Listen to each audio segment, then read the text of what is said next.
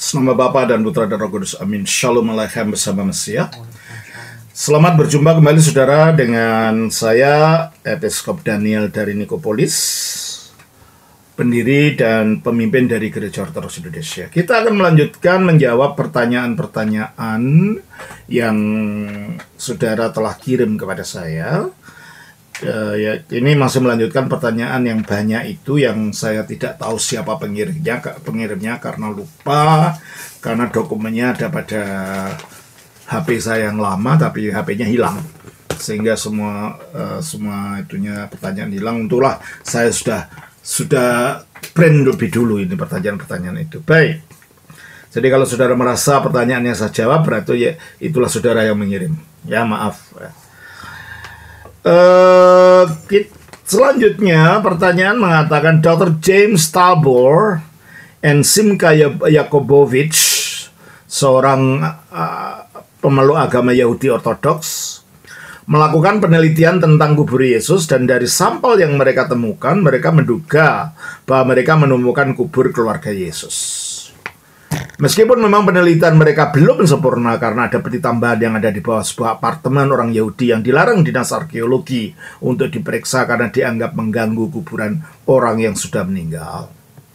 Selain itu ada kendala juga dari statistik data, dan beberapa ahli yang berseberangan juga sudah menyanggah penelitian.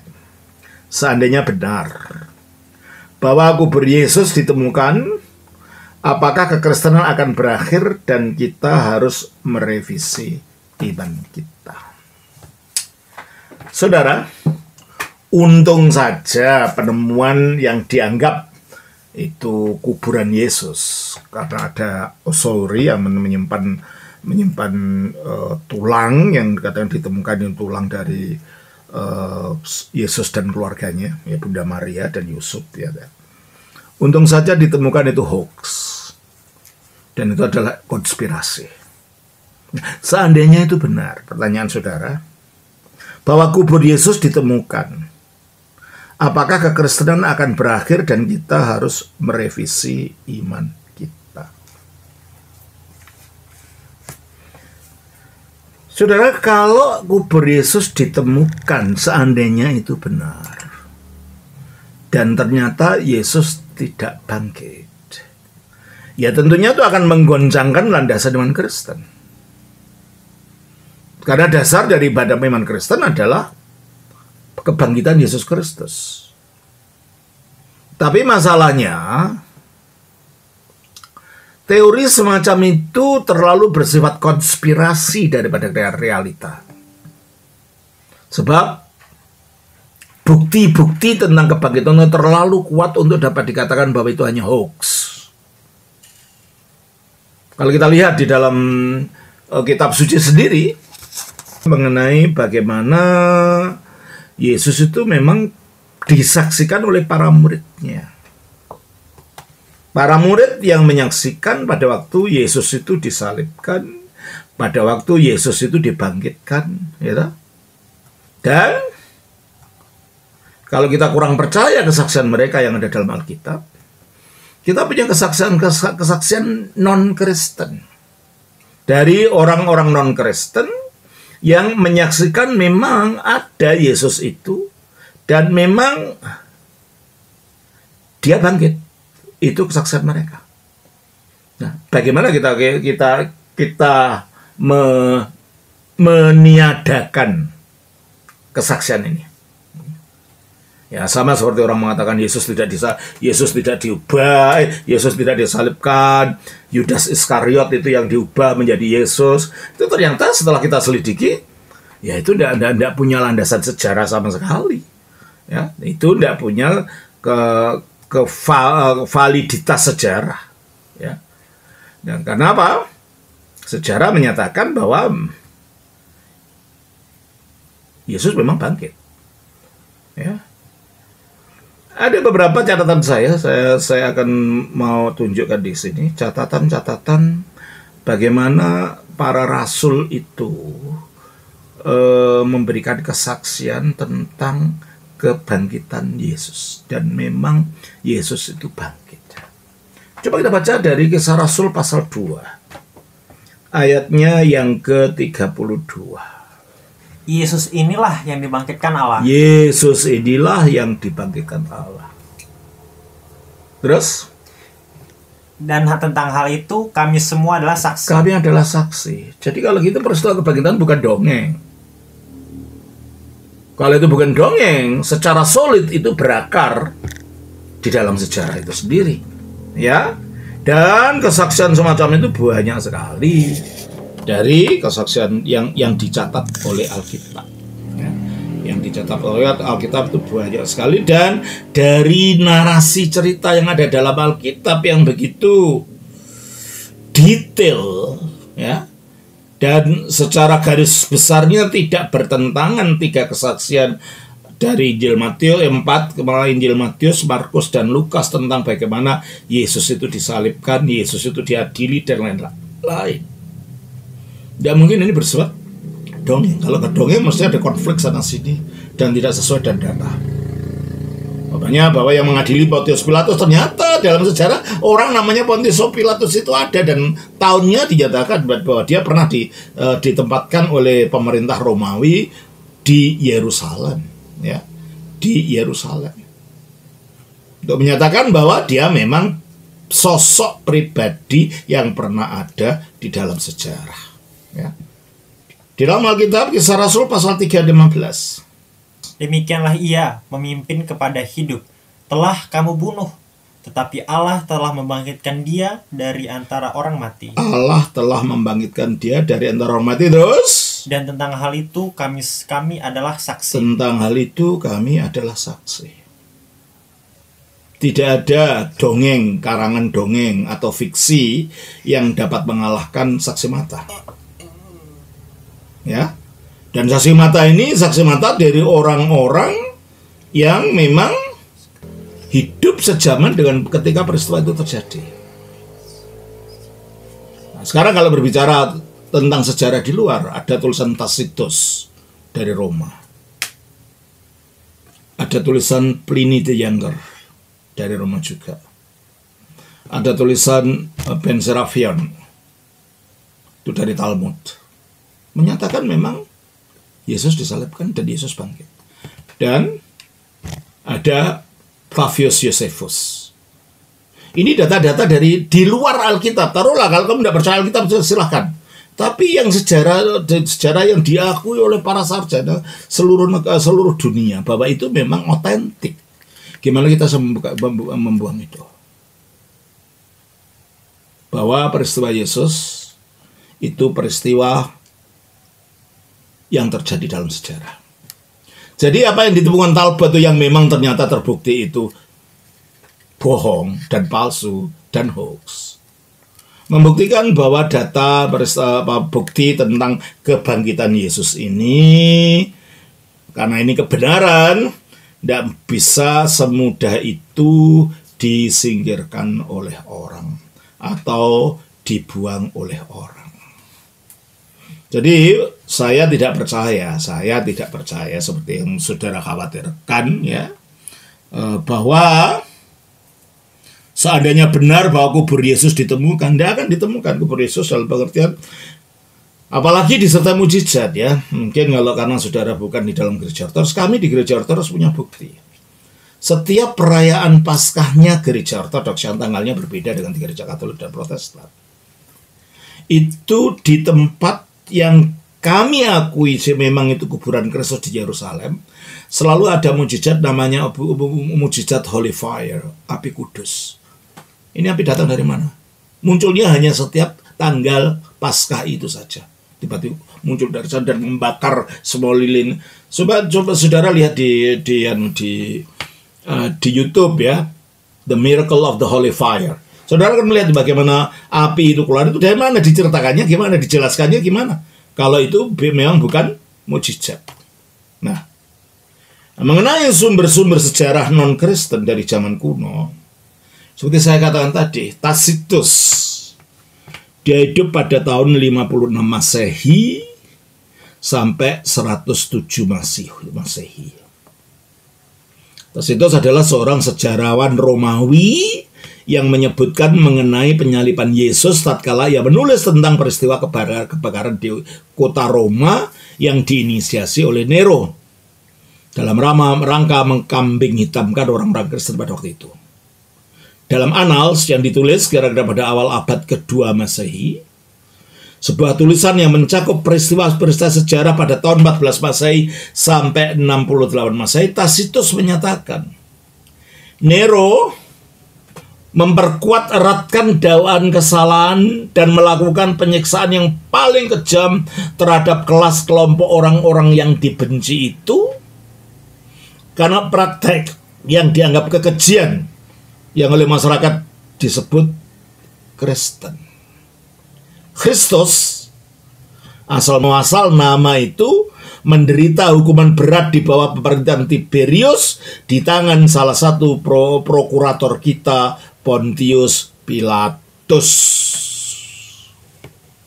Itulah sebabnya kalau dalam pengakuan iman di gereja Ortodoks, nama Pontius Pilatus diikutkan. Yang untuk kita dan untuk keselamatan kita telah disalibkan di bawah pemerintahan Pontius Pilatus. Kenapa? Untuk menegaskan pengakuan iman Kristen itu bukan fiksi, bukan dongeng, bukan karangan, bukan hoax. Karena memang ikut kejadian itu terjadi pada waktu pemerintahan Pontius Pilatus yang dikirim oleh pemerintah Romawi untuk pergi ke Yerusalem pada tahun 26 Masehi, pada masa-masa hampir akhir daripada pemerintahan Pontius Pilatus. Nero menciptakan kambing hitam dan melakukan penyiksaan yang paling kejam terhadap mereka yang oleh masyarakat umum disebut sebagai Kristen. Sebuah kelompok yang dibenci karena kehujatan mereka yang keji, mungkin karena menyembah orangnya disalib, mungkin barangkali. Nama mereka berasal dari Kristus yang pada masa pemerintahan Tiberius telah dieksekusi oleh jaksa Pontius Pilatus. Dieksekusi Yesus. Ini tidak ada kaitannya dengan kekristenan loh. Ini orang penyembah berhala yang tidak senang dengan iman Kristen dan memberikan kesaksian ini. Ya. Ada lagi kesaksian dari Marbar Serapion yang hidup pada kira-kira tahun 73 Masehi. Marbar Serapion adalah seorang filsuf Stoikisme yang berasal dari Syria yang pada waktu itu merupakan salah satu provinsi Romawi. Kira-kira pada tahun 73 Masehi ia menulis surat dalam bahasa Syria kepada putranya yang juga bernama Serapion. Manuskrip surat ini sekarang tersimpan di British Museum di negara Inggris. Dalam surat ini ia membandingkan Sokrates, Pythagoras, dan Yesus yang mengalami perlakuan tidak adil dari orang-orang sejaman mereka, namun Tuhan menimpakan malapetaka sebagai balasan atas perbuatan tersebut. Ia menulis, yang saya terjemahkan, keuntungan apa yang didapat orang Athena dengan membunuh Sokrates, yang akibatnya mereka dibalas dengan kelaparan dan wabah penyakit? Atau masyarakat Samos dengan dibakarnya Pythagoras karena negaranya seluruhnya tertutup pasir hanya dalam waktu 1 jam saja? Atau orang-orang Yahudi dengan membunuh raja mereka yang bijaksana? Ya, maksud Kristus waktu disalibkan dikatakan raja orang Yahudi kan? Karena kerajaan orang Yahudi telah direbut pada saat itu juga. Tuhan dengan adil membalas kebijaksanaan ketiga orang ini. Orang-orang Athena mati karena kelaparan, orang Samian, orang dari Pulau Samos benar-benar kewalahan menghadapi lautan, dan orang-orang Yahudi yang diasingkan dan diusir dari kerajaan mereka sendiri tersebar ke seluruh bangsa. Ada kesaksian lagi dalam sejarah. Dalam sebuah terjemahan lain, kutipan dari Marbar Serapion mengenai Yesus berbunyi demikian. Apa keuntungan yang diperoleh orang-orang Yahudi dengan kematian raja mereka yang bijaksana? Raja yang bijaksana juga tidak mati untuk selamanya. Bangkitan kan? Kita baca juga tulisan Flavius Josephus, seorang sarjana Yahudi, sejarawan Yahudi, yang menulis bukunya kira-kira tahun 93 Masehi. Ya. Dalam salah satu bukunya Antiquities pasal 20 ayat 200, Josephus menulis tentang Yakobus, the brother of Jesus, the so-called Christ, saudara Yesus yang disebut Kristus. Nah, sebelumnya Pilatus menulis demikian. Pada saat itu Yesus seorang yang bijaksana. Dia menarik banyak orang Yahudi dan banyak orang bukan Yahudi. Dan ketika Pilatus atas saran dari orang-orang terkemuka di antara kami telah menjatuhkan hukuman pada dia ke salib. Jadi penyaliban itu bukan hoax. Itu disaksikan oleh sejarah. Juga Lucian dari Samosata yang hidup pada tahun 115 Masehi sampai 200 Masehi. Dia mengatakan begini. Saya terjemahkan. Selama periode ini, Peregrinus bergaul dengan para imam dan para penulis Kristen di Palestina dan mempelajari kebijaksanaan mereka yang menakjubkan. Tentu saja, dalam waktu singkat dia membuat mereka terlihat seperti anak-anak. Dia adalah seorang nabi mereka, pemimpin, kepala sinagoga, dan segalanya, semuanya sendirian. Dia menjelaskan dan mengomentari beberapa tulisan suci mereka, dan bahkan menulis beberapa sendiri. Mereka memandangnya sebagai dewa, menjadikannya pemberi hukum mereka, dan memilih dia sebagai pelindung resmi kelompok mereka, atau setidaknya wakil pelindung. Dia adalah orang kedua setelah orang yang mereka sembah, maksudnya Yesus. Hingga saat ini, orang di Palestina yang disalib karena dia membawa bentuk inisiasi atau upacara baru ke dunia. Mungkin ibadah Kristen ya, dimaksudnya perjamuan kudus mungkin ya. Ada lagi, setelah meyakinkan diri mereka sendiri bahwa mereka abadi dan akan hidup selamanya, orang-orang yang malang ini membenci kematian dan rela menyerahkan diri mereka padanya. Selain itu, pemberi hukum pertama mereka meyakinkan mereka bahwa mereka semua bersaudara pada saat mereka melanggar dan menyangkal dewa-dewa Yunani dan mulai menyembah sofis atau orang bijak yang disalibkan itu. Ya. Dalam Talmud Babilonia. Ya, yang ditulis pada tahun 70 Masehi sampai tahun 500 Masehi, penulisan Talmud ini. Ada yang kita baca begini. Pada malam jelang Paskah, Yeshua digantung. Selama 40 hari sebelum eksekusi dilakukan, seorang pembawa berita keluar dan berseru. Dia akan dirajam karena dia telah mempraktekkan ilmu sihir dan mungkin yang dimaksud melakukan mukjizat itu mungkin. Dan membujuk Israel agar murtad. Maksudnya untuk percaya iman Kristen. Siapapun yang bisa mengatakan apapun yang mendukungnya, biarkan dia maju dan memohon atas namanya. Namun karena tidak ada hal yang menguntungkannya, maka ia digantung pada malam jelang Paskah. Berarti hari Jumat. Nah sekarang, pendapat para pakar studi sejarah mengenai penyaliban Yesus.